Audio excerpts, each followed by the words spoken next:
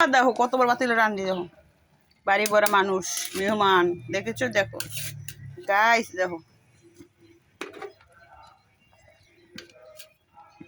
একবার রান্ধে থেকে যাই, শাশুড়ি নিয়ে ডাক্তার কাছে যাই, আবার আহি, বুঝছো?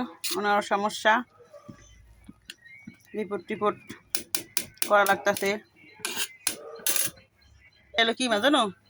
বাইলা মাছ। দেখো কত বড় বাইলা। বাইলা মাছ ভুনা করবো।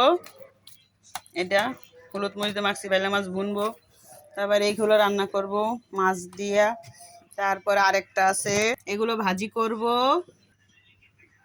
দেশি গরুর দুধ, দেখো কি অবস্থা, মানে তেল উঠে গেছে, এদের তেল উঠে গেছে। সর কি মোটা দেখছো গাইস? এটা আরো সব এদিকে যদি ঘি বানান যাইতো, এই সর দিয়ে অনেক ঘি হইতো। এই দেখো, কিন্তু ঘি বানান যাবে না, কয় কি পুষ্টি সব চলে যাবে। আমার স্বামী বলে।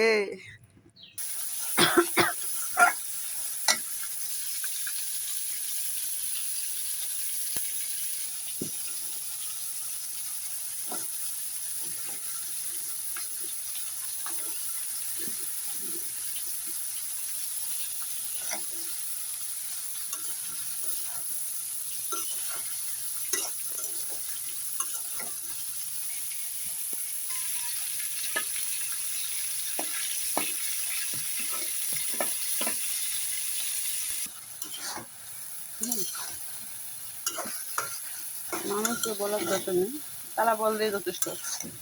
একটা জিনিস কি ভাই, মেয়েদের বিয়ের পরে যে সংসারে ধরেন রান্না বান্না করে শ্বশুর শাশুড়িরে খাওয়ায়, মানুষ যদি বলে তোমার রান্না মজা না, ওইটা আমার দেখার বিষয় না। আমার দেখার বিষয় আমার সংসারে, মানে যাদের সংসারে আমি থাকবো, আমার শ্বশুর শাশুড়ি ননদ শাশুড়, তারা যদি কয় মজা হয়েছে, তাহলে মনে করেন আমি পাকা রাঁধুনি, এটা মনে রাখবেন। মানুষের কথা আপনার দরকার নাই।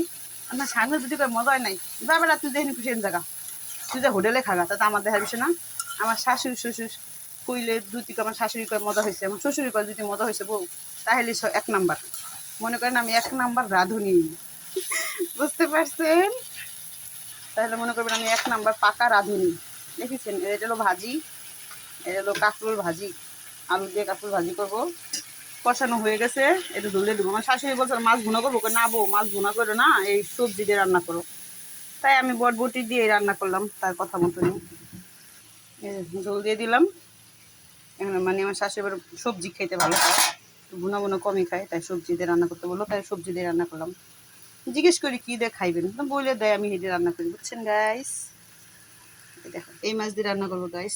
একটা সংসারে যখন আমার স্বামী, মানে স্বামী যখন ছোট থাকে, তখন আমার শ্বশুর শাশুড়ি ধরেন একলাই থাকে, তখন নিজের হাতে রান্না করে খায়। তখন ছেলে বিয়ে করায়, তখন সে বউটা রান্না করে, ঠিক আছে, কিন্তু বউরা রান্না করে নিজের মন মতন রান্না করে। তখন ওই জিনিসটা কী করে, তার মনের মতন আর হয় না খাবারটা। সে একভাবে রান্না করে খাইছে সারা জীবন ভাই, আর বিয়ের পরে সে অন্যভাবে হয়ে যায়, ঠিক আছে, অন্যভাবে খায়। তাই একটা জিনিস কি, যদি আপনারা যদি রান্না করার আগে জিজ্ঞেস করেন মা কেমনি রান্না করুম, মা কেমনি রান্না করুম যেই, তাহলে কি ওই তার মনের অনুভবটা বলতে পারে, বউ এভাবে রান্না করলে মজা লাগবো, এভাবে রান্না করুন, এটাতে খাইলে ভালো লাগবো, তখন ওই জিনিসটা সে বলতে পারে, ঠিক আছে। আর ওই জিনিস না জিজ্ঞেস করেন তাহলে সে বলতে পারে না, যা রান্না করেন তাই খায় ভাই। বা দুনিয়াতে বাঁচবো কয়দিন শ্বশুর শাশুড়ি, যতদিনই আসেন তাদের মনের মতন থাকেন। এই দুনিয়া তো শান্তি, ওই দুনিয়া তো শান্তি, মনে করেন মানান করে নিতে হবে, বুঝছেন? আমার বাপ মা যেমন কষ্ট করে আমাকে মানুষ করছে, তার বাপ মা তারে কষ্ট করে মানুষ করছে। শ্বশুর শাশুড়ি যতদিন আছে একটু মানান করে নিলে মানানসই, বুঝছেন? আর যদি অন্যভাবে নেন তাহলে অন্যভাবে, এনে ঝগড়ার কিছু না, ভুল বুঝার কিছু না, মানানসই করে নিতে হবে, ধৈর্য রাখতে হবে বিয়ের পরে। এটা হলো সবচেয়ে বড় কথা মহিলাদের আর মেয়েদের।